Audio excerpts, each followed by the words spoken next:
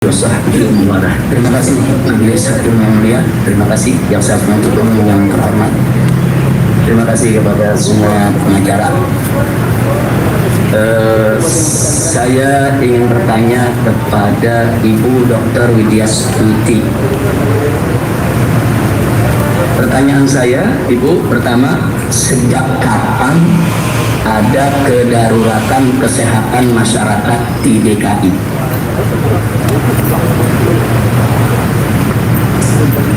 Terima kasih. Jadi setelah ditetapkannya atau diumumkannya oleh Presiden tanggal 2 Maret tentang kasus pertama, kami membuat kajian-kajian sejak mulai Januari. Jadi sejak bulan Maret tahun 2020. Penetapannya adalah setelah ada pengajuan untuk ditetapkannya, tentu ini mengacu kepada aturan tingkat pusat. Ya. Bahwa kedaruratan kesehatan masyarakat ditetapkan melalui PP di tingkat pusat. Ya, baik Ibu, terima kasih. Pertanyaan berikutnya, Ibu, sejak ditetapkan adanya kedaruratan kesehatan masyarakat tersebut sampai saat ini apa sudah dicabut? Belum dicabut, jadi masih ada kedaruratan kesehatan masyarakat. Nah, berarti pertanyaan saya yang berikutnya, kedaruratan kesehatan masyarakat itu sudah ada jauh sebelum peringatan Maulid di Petamburan. Petamburan itu peringatan Maulidnya tanggal 14 November 2020. Nah, tadi Ibu katakan kedaruratan kesehatan masyarakat sejak bulan Maret tahun 2020. Berarti sebelum Maulid itu ya? Ditetapkan di bulan Maret. Iya, sebelum peringatan Maulid. Baik. Pertanyaan yang berikutnya, Ibu. Jadi barusan sudah jelas bahwa kedaruratan kesehatan masyarakat sudah terjadi sejak bulan Maret tahun 2020, jauh sebelum peringatan Maulid digelar di Petamburan. Pertanyaan yang berikutnya, tadi pada saat Ibu menjawab pertanyaan jaksa penuntut umum, di sana Ibu mengatakan ada peningkatan.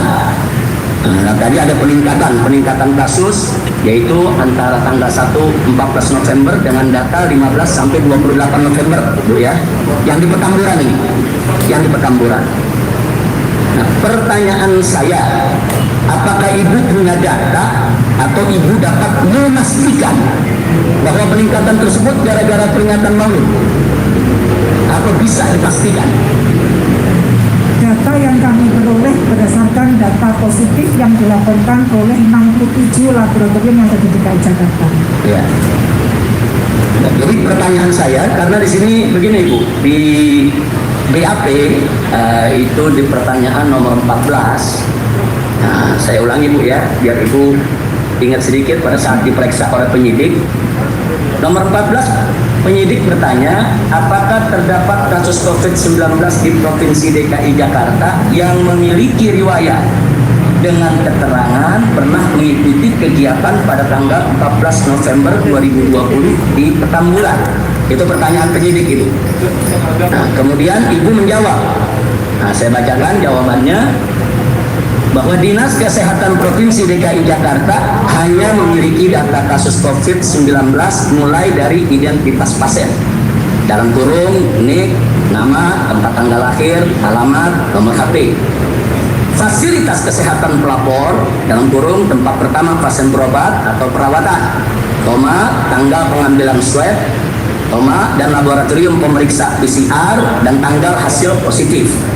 Dan tidak memiliki riwayat atau lembaran form PE, di mana untuk lembaran form PE ada pada fasilitas kesehatan pelapor.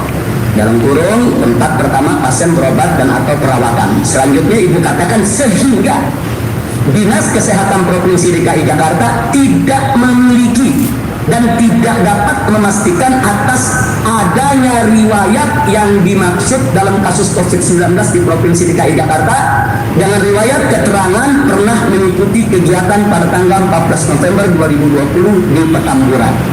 Itu jawaban Ibu. Betul. Betul. Ibu masih tetap mempertahankan jawaban ini kan? Betul. Ya. Ya, artinya yang saya mau tanyakan sekarang, kembali kepada persoalan tadi, apakah adanya peningkatan di Provinsi DKI atau di Petamburan, atau kalau Ibu tadi bicara di tingkat provinsi soal kenaikan 9,3% sampai 9,9%.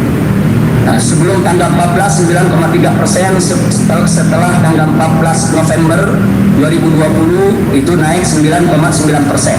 Pertanyaan saya ulangi, apakah peningkatan ini bisa dipastikan gara-gara Maulid di Petamburan? Dinkes tidak secara tupoksi memotret secara makro, sedangkan data investigasi melalui form pendidikan epidemiologi dilakukan oleh Vaskes sebagai pemeriksa langsung pada pasien. Iya, baik. Kalau begitu pertanyaan saya ubah dalam bentuk lain, Ibu. Apakah Ibu di Dinkes ada mendapatkan data atau keterangan atau keputusan apalah namanya dari data-data yang Ibu punya, bahwa setelah peringatan Maulid di Petamburan ada klaster baru COVID, namanya klaster Petamburan atau klaster Habib Rizik atau klaster Maulid? Apa ada data keterangan yang seperti itu yang Ibu dapatkan? Kami mendapatkan laporan secara resmi melalui sistem New All Record yang ada di 67 laboratorium yang tersebar baik itu di rumah sakit maupun lab-lab mandiri maupun lab yang ada di klinik-klinik sesuai data yang kami terima. Nah, pertanyaan saya, apakah Ibu tahu atau Ibu dengar ada laporan yang melaporkan ada klaster Petamburan, ada klaster Maulid? Itu pertanyaan saya, klaster baru yang namanya klaster Maulid ada atau tidak? Simpel aja. Apa Ibu dengar? Ibu kan kepala Dinkes kan? Apa ada laporan semacam itu dari bawah atau ada putusan dari instansi tempat Ibu bekerja? Oh, ini ada klaster baru setelah Maulid, namanya klaster Petamburan atau klaster Habib Rizik atau klaster Maulid. Apa ada atau tidak laporan semacam itu? Kami laporannya secara lab saja. Secara lab saja, ya. Terima kasih Ibu. Terima kasih. Saya pikir itu saja yang ingin saya tanyakan kepada Ibu Dr. Widya Stuti. Adapun Pak Haji Sukana, ya, ini mantan ketua KUA. Saya cuma tanya singkat saja, Pak. Anak saya yang menikah suratnya lengkap, Pak, ya? Ya, lengkap. Memenuhi persyaratan. Ya, betul. Jadi dari sisi agama maupun negara sudah lengkap syarat rukun semua, Pak, ya? Ya, Lengkap. Terus secara hukum agama maupun negara yang Bapak saksikan, Bapak ketahui, pernikahan itu sudah sah, Pak, ya? Sah. Baik, selanjutnya yang saya ingin tanyakan, apakah acara akad pernikahan di masa pandemi dilarang? Sudah saya jelaskan, Pak. Yang saya tanya ini selalu, dilarang atau tidak? Itu aja. Ya, dengan normal belum. Boleh. Nah, cuman ada syarat, begitu kan? Ada syarat. Tapi tidak dilarang. Ya, terima kasih. Itu saja yang ingin saya tanyakan Majelis Hakim.